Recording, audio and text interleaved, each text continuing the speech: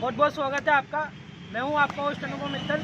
आज हम बात करेंगे कोटा के व्यापारियों के बारे में कि कोरोना के बाद में, या हम कह सकते हैं कि लॉकडाउन के बाद में व्यापारियों की क्या स्थिति है, किस तरीके से व्यापार पूरा डाउन हो चुका है। हमारे साथ में मौजूद है क्रांति जी जैन।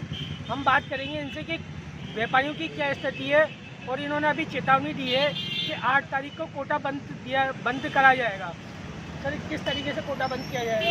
भाई, कोरोना जैसी महामारी से हमें लगभग जूझते हुए 10 महीने हो चुके हैं। से जो कोटा में लॉकडाउन लग रहा है, उससे पूरा कोटा की अर्थव्यवस्था चौपट हो चुकी है।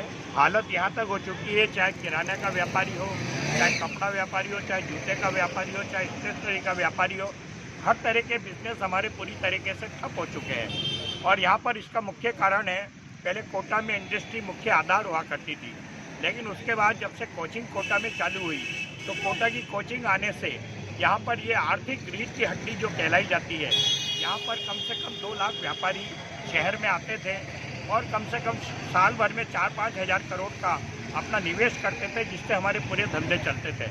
लेकिन लगातार 10 महीने से जो कोचिंग यहाँ पर बंद है, हम सरकार से लगातार मांग करते हुए आ रहे हैं कि जब अब कोरोना की जो बीमारी है वो धीरे धीरे कम होते जा रही है, केसेस कम आने लगे हैं।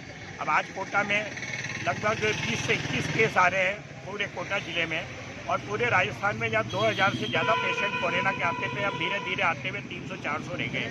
पूरे इंडिया में जब लाखों लोग आते थे, अब 10 से 12 हज़ार लोग आने लगे हैं। अब ये बीमारी तो लगातार चलते जाएगी, लेकिन उससे ज़्यादा प्रभाव कोरोना से हमारा ज़्यादा प्रभाव बिजनेस पे पड़ रहा है। आज हमारी स्थिति ये हो गई है कि हम बिजली के बिल, पानी के बिल तक नहीं चुका पा रहे हैं। जो हमारे यहाँ कर्मचारी काम करते हैं, उनकी तनख्वाहें तक हम नहीं दे पा रहे हैं। आज आर्थिक रूप से इस हिसाब से चरमरा गए हैं कि आत्महत्या के अलावा कोई अब व्यापारियों के पास चारा नहीं बचा है। सर, कोटा में क्या ना लॉकडाउन के बाद में व्यापारियों का कितना घाटा हो चुका अब तक?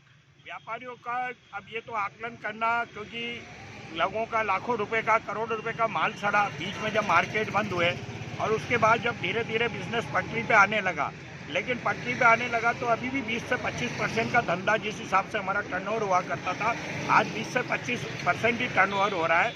जब तक यहाँ पे कोचिंग चालू नहीं होगी, जब तक कोई भी अच्छे परिणाम यहाँ पर नहीं आएंगे। अभी तक कोचिंग चालू करने को लेकर क्या क्या किया जा चुका है?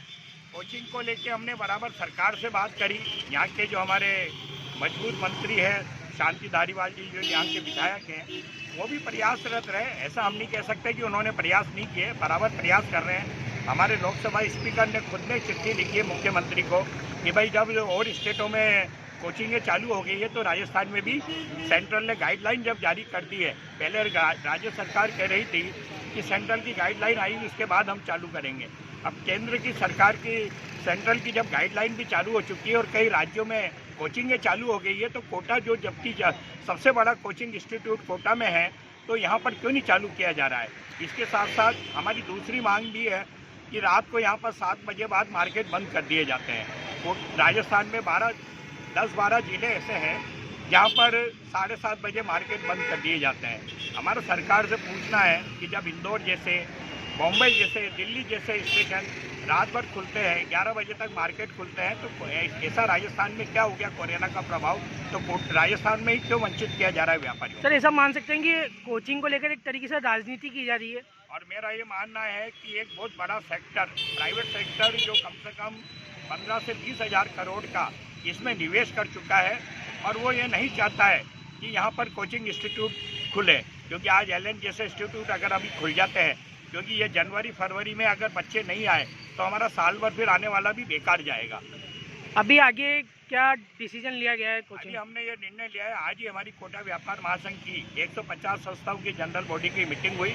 व्यापारियों में तीव्र आक्रोश है इन दोनों मांगों के खिलाफ कि एक तो लॉकडाउन जो हुआ था हमारा 7 बजे का, इसको तुरंत रूप से हटाया जाए, और दूसरी प्रमुख मांग है कि यहाँ पर कोचिंग जल्दी से जल्दी चालू की जाए। राजस्थान सरकार बार बार आश्वासन दे रही है, अपनी गाइडलाइन क्यों नहीं चालू कर रही है कि भाई हम 10 जनवरी से चालू करेंगे, 15 जनवरी से करेंगे? गाइडलाइन तो निश्चित तय करें। तो हमारे व्यापारियों में, आम जनता में आक्रोश है, इसमें आम जनता की भी सहभागिता है। हम चाहते हैं कि कोटा में कोचिंग जल्दी से जल्दी खुले। तो आज हमने तय किया है कि 8 जनवरी को पूरा कोटा बंद रहेगा, और उसके बाद भी अगर प्रशासन हमारी नहीं सुनता है तो 15 तारीख के बाद हम एक कार्यकारिणी की मीटिंग बुलाकर अनिश्चितकालीन कोटा बंद करें। ये आर पार की लड़ाई होगी। हम सरकार को चेतावनी के